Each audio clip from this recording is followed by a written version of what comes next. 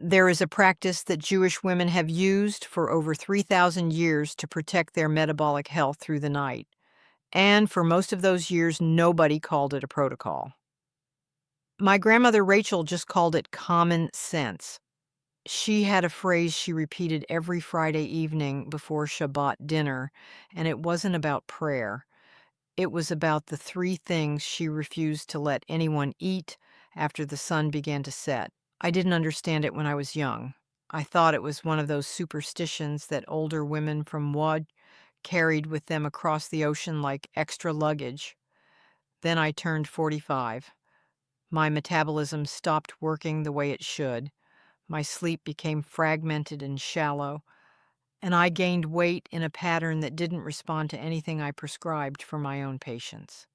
And I went back to her notebooks. What I found wasn't superstition.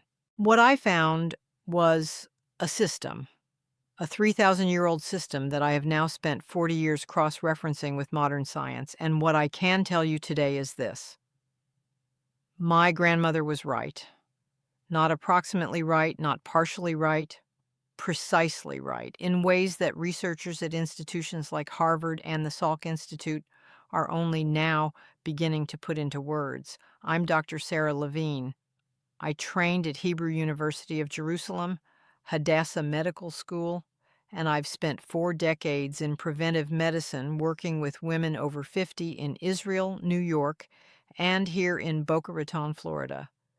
But none of my formal training gave me what my grandmother Rachel gave me in her kitchen in Brooklyn. She lived to 98 years old. She came from Łódź, Poland. She survived things I cannot put into words, and she never took a single medication until she was 90 years old. What she had was a system, a complete, interconnected way of living that she called simply the old way. I've spent my career translating that system into language that medicine can verify. I call it the 7 Jewish laws of longevity. Today I'm going to share one piece of that system with you, specifically one of the most immediately actionable teachings, because what I'm about to tell you about food and evening hours could change the way your body functions by tomorrow morning. Toward the end of this teaching, I'll share the third food on this list, and it's the one that surprised me most when I found it in my grandmother's notebooks, because it's something that most women over 50 believe is healthy, especially in the evening. Stay with me. Before I go further, I want you to type something in the comments right now. Type the words, "I eat for tomorrow's energy, not tonight's comfort." Just that. Because what we're discussing today is not about deprivation. It's about alignment.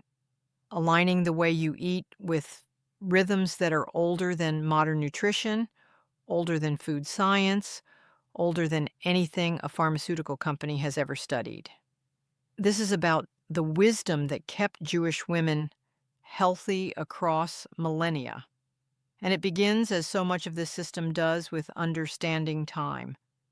I can still see my grandmother's kitchen on a Friday evening. The smell of chicken soup and braided challah and the particular way the candles made everything look golden. Rachel would finish lighting the Shabbat candles. And then, and this was consistent, every single Friday without fail, she would close the bread box. She would put the leftovers away. She would make a cup of plain hot water with a few drops of lemon, and she would sit down. And if one of us reached for another piece of bread or went looking for something sweet, she would say in her particular mixture of Yiddish and English that the body has its own Shabbat and it begins at sundown. I wrote that down the first time I heard it.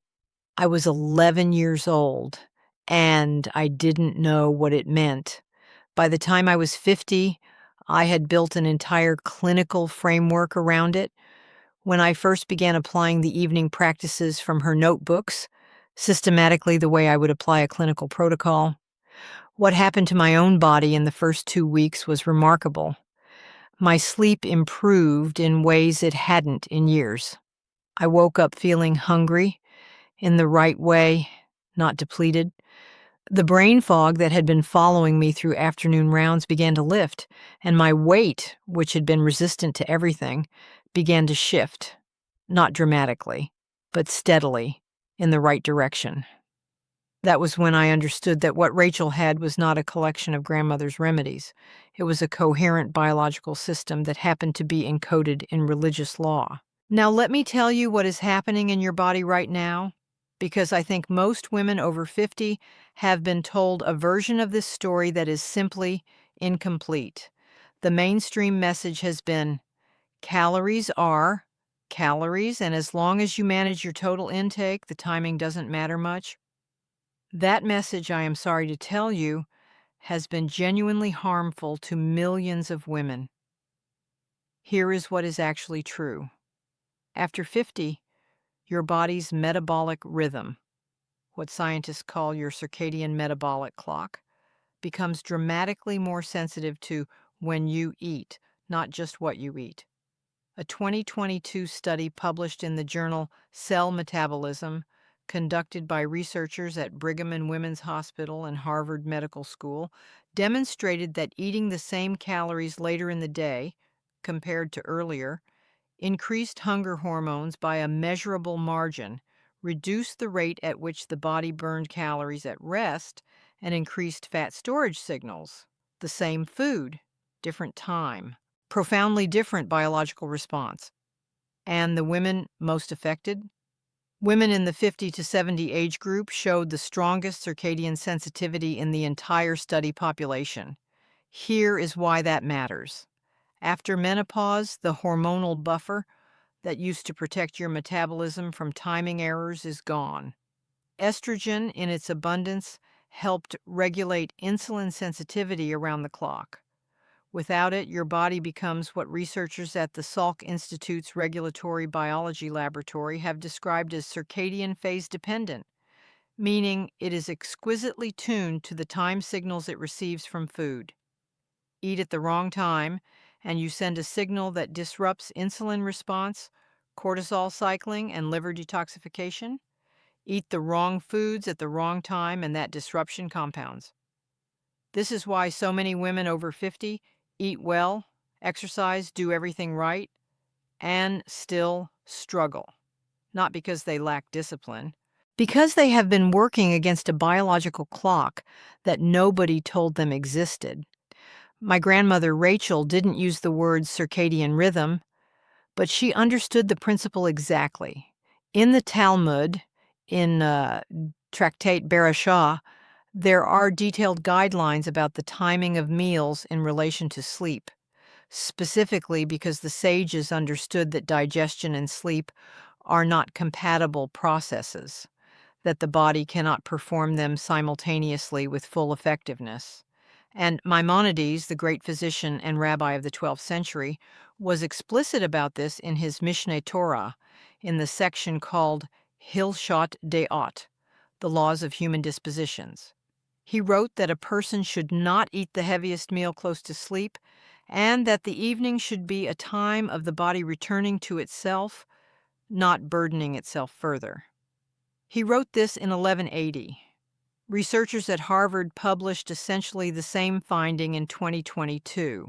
That gap, for 842 years, is what happens when wisdom gets separated from science. What I've spent 40 years doing is closing that gap. This is one of the 7 Jewish laws of longevity that I've been documenting across 4 decades of work with women in 3 countries. Today I'm sharing what I call the evening Kashrut, not the food categories of traditional kosher law, but the time-based dimension of Kashrut that most people have never been taught. Because Kashrut, at its deepest level, is not merely about which animals are permitted and which are forbidden. It is a complete system of boundaries that protects the body's sacred rhythm. The evening has its own rules, and the women who follow them, in my clinical experience a level of metabolic resilience after 50 that their counterparts who ignore them simply do not. Let me tell you about the 3 foods now. Three specific categories that, based on both traditional Jewish evening practice and on the most current metabolic research, should not be consumed after 6 in the evening if you are a woman over 50 who wants to protect her energy, her sleep, her weight, and her cognitive clarity. The first is refined carbohydrates, and specifically anything made with white flour or added sugar. This includes bread. Yes, even the bread you might think of as wholesome. This includes crackers, cereals, pasta, sweetened yogurts, any grain product that has had its fiber removed. Here is why this matters so critically in the evening. After 50, your insulin sensitivity follows a predictable daily curve, highest in the morning, declining through the afternoon, and reaching its lowest point in the hours after sunset. When you eat refined carbohydrates at a time when your insulin sensitivity is at its lowest, the glucose from those foods cannot be efficiently transported into your cells for energy. It enters your bloodstream, triggers a late insulin response that is metabolically sluggish, and the excess is directed preferentially into fat storage, particularly visceral fat, the kind that accumulates around the abdominal organs and drives inflammation. Researchers at Tel Aviv University, in a study I have referenced with patients for years, showed that the same meal consumed in the morning versus the evening produced dramatically different outcomes in postmenopausal women, with the evening consumption group showing significantly higher triglyceride levels and lower feelings of fullness the following morning. Rachel never ate bread after the sun went down. She called the evening a time for light food and rest. She was managing her insulin curve without knowing the term insulin.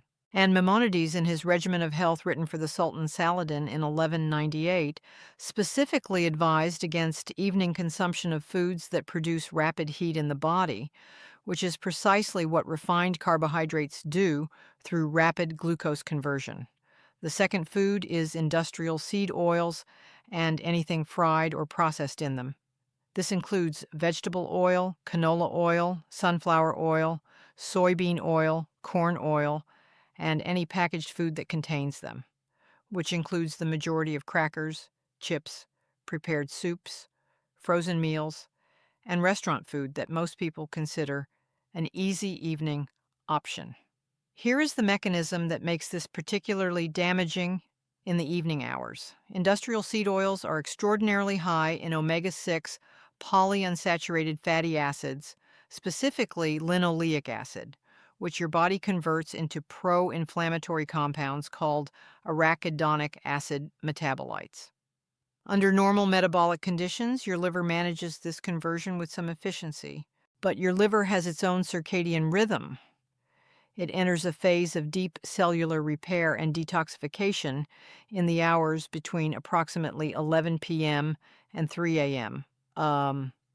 When you consume high amounts of industrial seed oils in the evening, you are delivering a load of pro-inflammatory material to a liver that is preparing to clean house, not to process more incoming damage.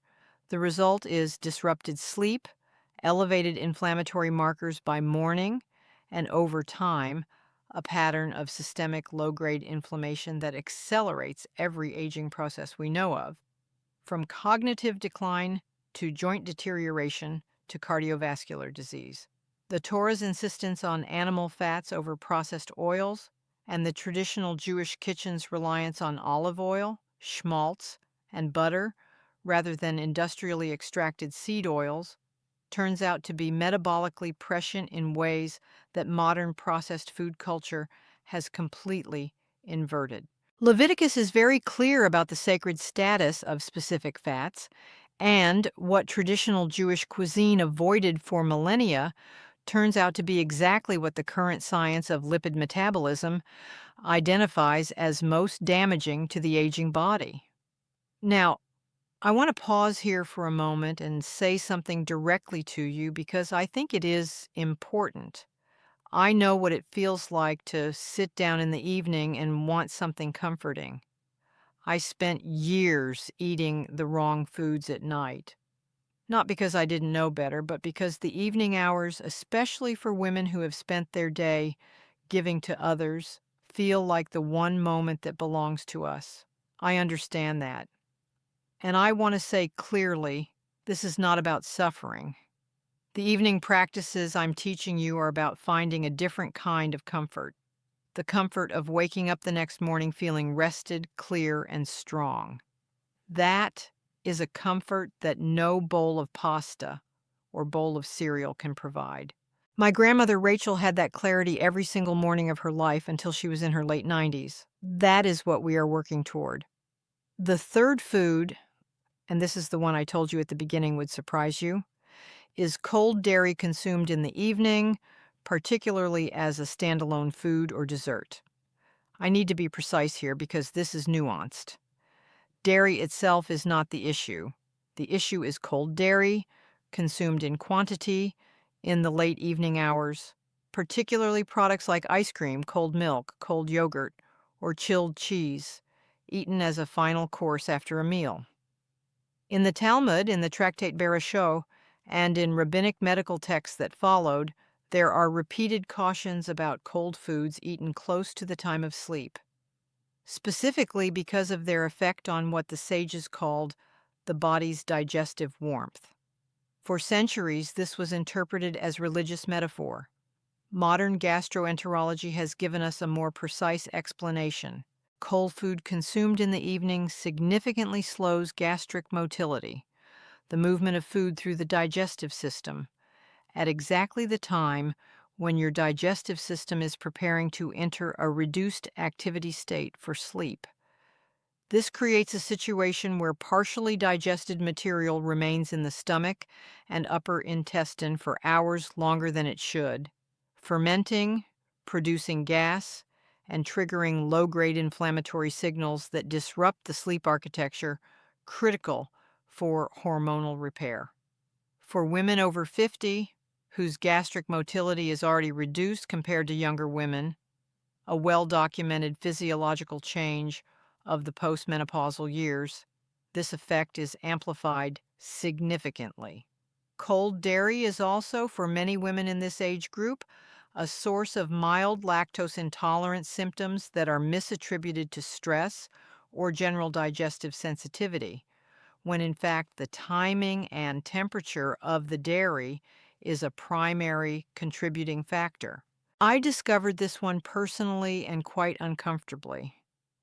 During the years when I was rebuilding my own health, using my grandmother's protocols, I was doing almost everything right, and I had eliminated the first two food categories, but I was still waking at around 2 a.m. with a sensation of digestive discomfort and a cortisol spike that would keep me awake for an hour. I went back to Rachel's notebooks. In her handwriting, in a mixture of Yiddish and the careful Polish she had learned as a girl, she had written a line that I have thought about many times since. Cold food before sleep is a burden placed on a body that has already finished its work for the day. I stopped the evening cold dairy. Within a week, the 2 a.m. wakings reduced dramatically. Within 3 weeks, they were gone. I am sharing this because I want you to understand that these are not theoretical recommendations. These are practices I have lived. There is something important I need to say about the current moment we are living in, because context matters. We are navigating a food environment that is the most chronobiologically disruptive in human history. Ultra-processed foods engineered for palatability at any hour of the day or night, delivery apps that make restaurant-quality food available at midnight, social patterns that push the evening meal later and later. The average dinner hour in the United States has shifted by nearly an hour and a half over the past 3 decades, according to data from the National Health and Nutrition Examination Survey. Women over 50 are eating more calories later in the day than any previous generation of women in recorded history, and the chronic disease statistics that follow from that are exactly what you would predict. What my grandmother was practicing in her Brooklyn kitchen eating the main meal before the sunset, keeping the evening light, stopping 3 categories of food at a consistent time, was not asceticism. It was biological intelligence that her culture had preserved across centuries of diaspora, across poverty, across trauma, across everything. That intelligence is available to you right now, starting tonight. My grandmother used to say that these practices don't work like pills, one at a time, on demand. They work like a garden. All 7 laws together, tended with consistency. What I have taught you today is the evening kashrut, the time-based discipline of eating that sits inside the third of the 7 Jewish laws of longevity. It is one of the most immediately impactful of the 7 laws because its effects are felt within days, not months.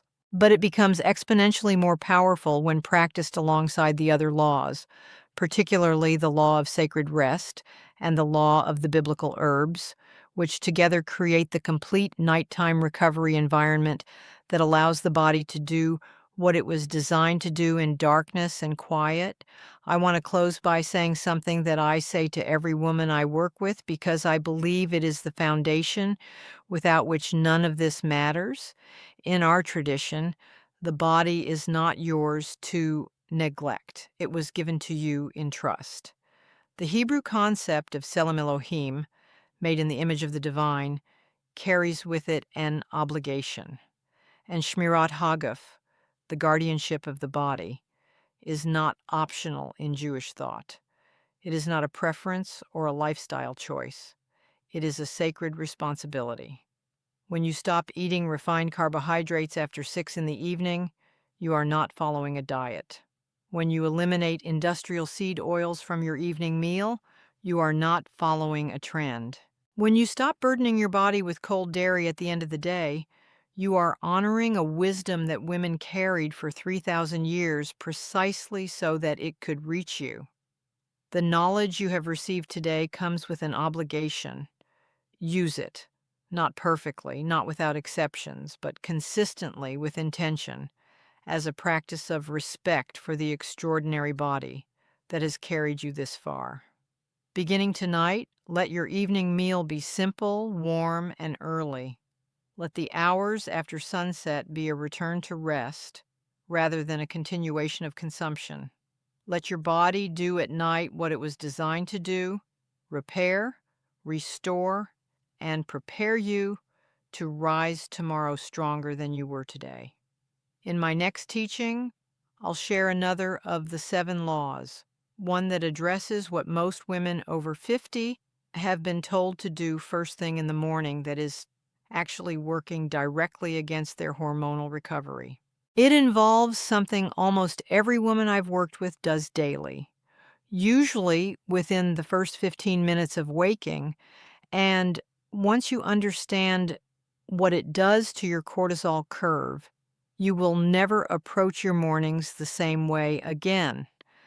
Make sure you are subscribed and that your notifications are on, because that teaching is one you do not want to reach you late. If today's teaching resonated with you, share it with a woman you care about, a sister, a friend, a daughter who is approaching 50 and deserves to know this now rather than after her body has already told her something is wrong. And leave a comment below telling me which of the 3 foods surprised you most. I read every comment. Your questions and your stories shape what I teach next. Until next time, l'chaim, to life.